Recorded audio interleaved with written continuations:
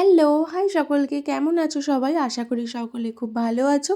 আজকে আমার ডেস্টিনেশন ছিল কলকাতা মাস্টারদা সূর্য সেন। ফেব্রুয়ারির 13 তারিখটা এতটাই ব্রাইডাল ছিল যে এই ব্রাইডের জন্য আমি আমার বেস্ট ফ্রেন্ড এবং আর একটা আমার ব্রাইড এবং অনেক কটা পার্টি মেকআপ আমাকে ক্যান্সেল করতে হয়েছে। হাওড়া থেকে সোজা বাস ধরে আমি চলে এসেছি মেট্রো স্টেশন। এখানে শোয়াবাজার মেট্রো স্টেশন থেকে আমার মেয়ের বায়না ছিল আমি একটু মেট্রোতে উঠবো। তো এখানে দেখতেই পাচ্ছ আমার হাজব্যান্ড, আমার ভাই, আমার মেয়ে আর এখানে ছিল নমিতা। তো যেহেতু আমার মেয়ে ফার্স্ট টাইম মেট্রোতে উঠতে চাইছে, তাই জন্য আমার ভাই ওকে একটু ঘুরিয়ে নিয়ে আবার রিটার্ন করেছে। কারণ আমাদের রাজারহাটে আমার বাপের বাড়িতেও আমার একটা বিয়েবাড়ি অ্যাটেন্ড করার ছিল, যে কারণে আমাদের এইভাবে আসতে হয়েছে। তো সেখান থেকে মেয়েকে নিয়ে আমার ভাই বেরিয়ে পড়ে আর আমরা বেরিয়ে পড়ি আমাদের কাজের উদ্দেশ্যে। মেট্রো থেকে নেবে আবার অটোতে, অটো থেকে নেবে অনেকটা ওয়ার্কিং ডিস্টেন্স ছিল। ব্রাইডের বাড়িতে গিয়ে যখন পৌঁছাই তখন ব্রাইড বলে, দিদি তুমি প্লিজ একটু ভেন্যুতে এসো, আমার একটু দেরি হবে, তোমাকে একটু ওয়েট করতে হবে, বাড়িতে কেউ নেই। তো সে কারণে ব্রাইডের ভেন্যুতে আমি পৌঁছাই, তখন দেখি ব্রাইডের গায়ে হলুদ হচ্ছে।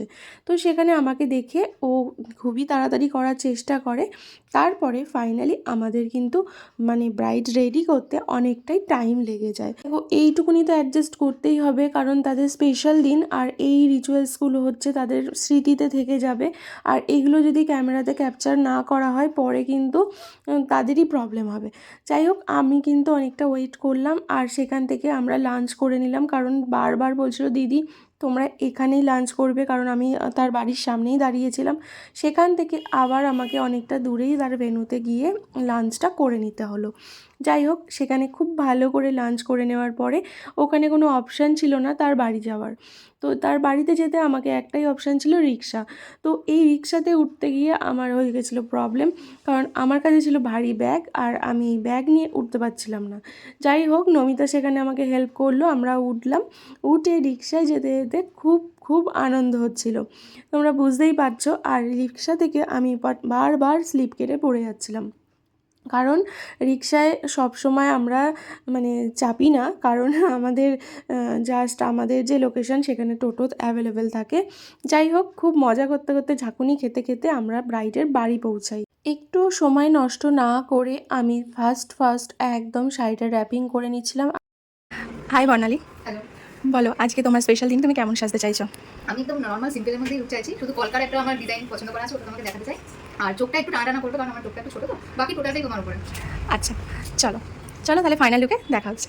ওকে, তোমরা শুনেই নিলে আমার ব্রাইড কেমন চাইছে তার লুকসটাকে। আমি সেই অনুযায়ী তাকে ফার্স্ট আগে লেন্সটা পরিয়ে নিলাম, কারণ ওর কন্ট্যাক্ট লেন্স ছিল, কারণ পাওয়ার ছিল চোখে, যে কারণে। আর ব্রাইড মাঝে কিন্তু বারবার উঠে যাচ্ছিলো, কারণ এটা ওটা খুঁজে পাচ্ছিল না, তার মায়ের শাড়ি মিসিং হয়ে গেছিলো, যে কারণে ব্রাইড নিজে গিয়ে মায়ের শাড়িটা খুঁজে নিয়ে তারপরে বসলো, না হলে কিন্তু কান্নাকাটি শুরু করে দিচ্ছিল। যাই হোক, আমি ছেড়ে দিলাম মাঝখানে। তো আমিও চেষ্টা করছিলাম, কারণ আমাকেও আমার লোকেশানে যেতে হবে। আমার আর একটা আমার দিদির মেয়ের বিয়ে ছিল, তো সেখানে আমার অলরেডি মেয়ে চলে গেছে, তো আমরা সেখানেও অ্যাটেন্ড করব। যাই হোক, যখন বিয়েবাড়ি পাই না তখন তো বিয়েবাড়ি পাই না, আর যখন আসে তখন তো রিলেটিভ থেকে শুরু করে ক্লায়েন্টের পুরো ভরপুর। যেমন বললাম তোমাদের যে 3খানা ব্রাইড আমাকে ক্যান্সেল করতে হয়েছে। কি পড়াইনি আমি করবো, চকর মকর পাথর খুব সুন্দর লাগছে, পছন্দ হয়েছে অনেক অনেক। একটা টিপ করে নেবো, আমাদের ওই টিপ পছন্দ হয়। কলকাতা তো আমি একদম যেরকম চেয়েছিলাম সেরকম হয়েছে। পরবো না ভাবছি, পছন্দ হয়েছে তো? কেন একদম পছন্দ হয়েছে। ভালো লাগছে।